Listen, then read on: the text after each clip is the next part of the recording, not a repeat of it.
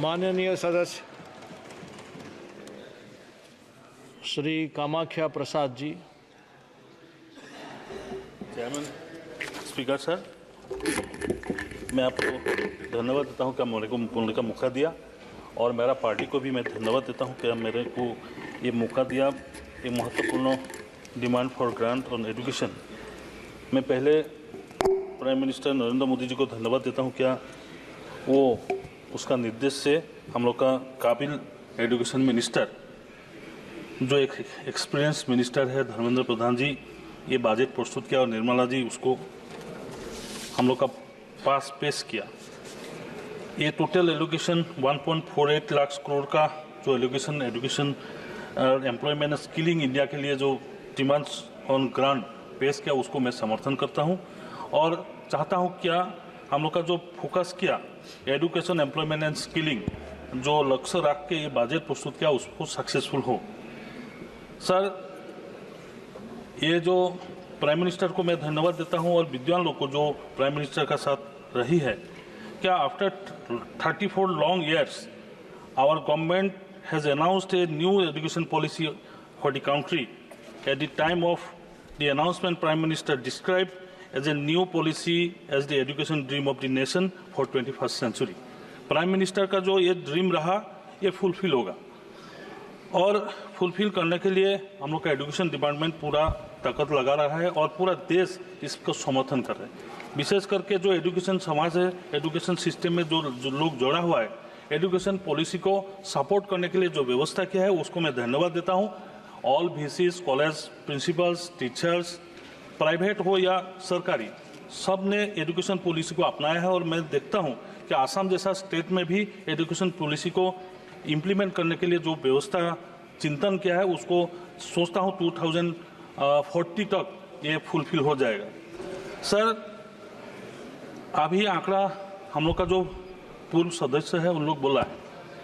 जो opposition leader है वो तो क्रिटिसाइज करने का स्वाभाविक है, वो क्रिटिसाइज करेंगे ही, लेकिन ये बात भी मानना पड़ेगा क्या आफ्टर लॉन्ग 34 ईयर्स जब न्यू एजुकेशन पॉलिसी आया, जहां पर जो लक्ष्य रखा गया है वो प्रकृत भारतवर्ष को जो पुरातन शिक्षा व्यवस्था है उसको लौटाने का सोचा है, और वेस्टर्न एजुकेशन पॉलिसी को थोड़ा नकार करके इंडियन पॉलिसी को अपनाने के लिए जो व्यवस्था किया है, ये हम लोग पूरी तरह से समर्थन करता हूँ। सर, एजुकेशन पॉलिसी में जो रिफॉर्म्स का बात क्या है, न्यू एजुकेशन पॉलिसी हो या कॉम्प्रिहेंसिव फ्रेमवर्क का बात ही हो, और लैंग्वेज का बात जो है, लोकल लैंग्वेज का बात हो, स्कूल एजुकेशन का बात हो, हायर एजुकेशन का चिंतन हो,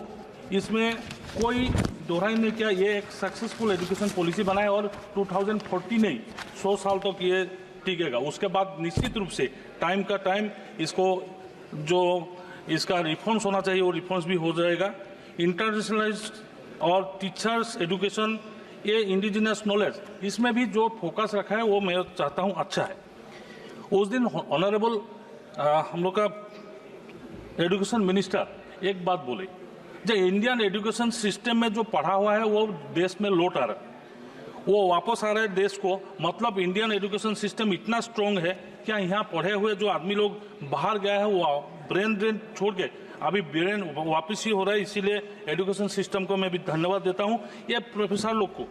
सर, मेरा एक हम लोग का एक अर्जी भी है, क्या जैसे हम लोग का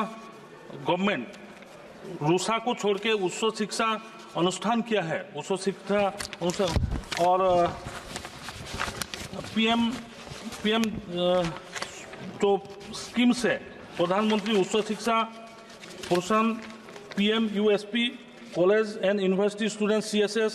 central sector internet subsidy schemes, central sector Jammu Kashmir and central sector में जम्मू कश्मीर एंड लद्दाख, और हम लोग का नॉर्थ ईस्ट के लिए Ishan Uday special scholarship schemes और पोस्ट ग्रेजुएट स्कीम्स जो चलाते हैं, प्रगति, सक्षम और सोनार, ये सब को लेके जो सोच रहा है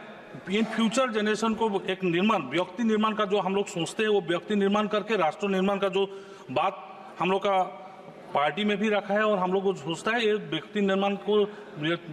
निर्माण का बाद राष्ट्र निर्माण भी हो जाएगा, ऐसे हम लोग को विश्वास है और इसका रास्ते पे हम लोग चल रहे हैं।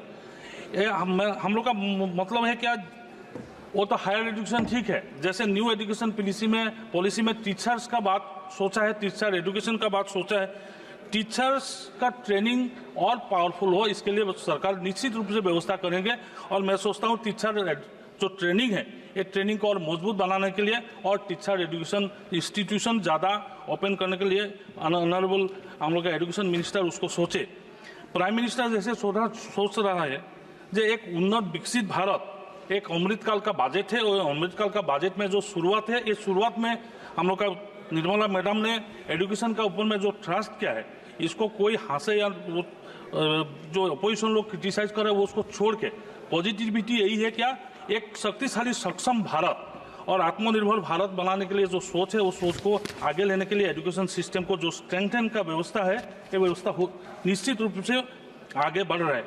तो इसीलिए जो रीजनल लैंग्वेज का भी बात आया, रीजनल लैंग्वेज को बढ़ाने के लिए न्यू एजुकेशन पॉलिसी जैसे व्यवस्था किया है, ये रीजनल लैंग्वेज को आगे बढ़ाने के लिए व्यवस्था भी करना चाहिए। और हम लोग का जैसे आसाम, गवर्नमेंट ऑफ आसाम में भी ये व्यवस्था चल रहा है, हर स्टेट अपना मातृभाषा को आगे बढ़ाने के लिए व्यवस्था किया है। सर मेरा एक रिक्वेस्ट है, वो है जो हम लोग का सेंट्रल यूनिवर्सिटी का कैंपस है, सेंट्रल यूनिवर्सिटी का कैंपस किसी जगह पे कैंपस लगाए, उसको स्ट्रेंथनिंग करने के लिए व्यवस्था किया जाए। एजुकेशन मिनिस्टर हम लोग का यहाँ पर मौजूद है, मैं रिक्वेस्ट करता हूँ क्या जो सेंट्रल यूनिवर्सिटी तेजपुर यूनिवर्सिटी का एक कैंपस धेमाजी में किया है, उसको भी फुलफिल किया जाए और उसको एक फुल फ्लेज ट्रेनिंग इंस्टीट्यूट में बदला जाए। प्राइमरी एजुकेशन का बात ऐसा है सर,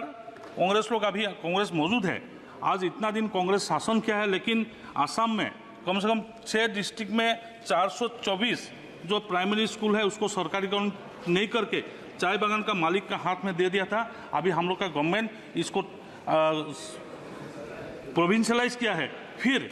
ये प्रोविंशियलाइज होने का बाद जो सेंट्रल गवर्नमेंट का जितना स्कीम है, एमडीएम है, मिड डे मील है, इसको लेके जाए, ये मैं आग्रह करता हूँ। और मेरा आग्रह है जैसे यूनिवर्सिटी, बहुत सारे यूनिवर्सिटी अभी आंकड़ा दिया है, ये यूनिवर्सिटी का सेंटर ऑफ एक्सेलेंस बनाया जाए। और ब्रेन ड्रेन का जो बात सब लोग कर रहे हैं, ब्रेन ड्रेन तो निश्चित रूप से कोई अपना व्यक्तिगत इच्छा है, कोई बाहर जाने का तो इच्छा कोई रुकवा नहीं सकता, लेकिन यूनिवर्सिटीज़ और इंस्टीट्यूशंस को सेंट्रल ऑफ एक्सेलेंस बनाने के लिए जितना व्यवस्था है, ये व्यवस्था हम लोग का केंद्र सरकार की तरफ से व्यवस्था किया जाए। और प्राइम मिनिस्टर का जो ड्रीम है,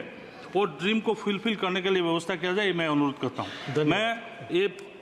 अनुदान जो मांग कर रहा है सरकार का अनुदान, मैं इसको सपोर्ट करता हूँ और आशा करता हूँ कि एक विकसित भारत, एक सक्षम भारत बनाने के लिए एजुकेशन पॉलिसी जो लिया है इसको फुलफिल किया जाए। धन्यवाद, थैंक यू। धन्यवाद।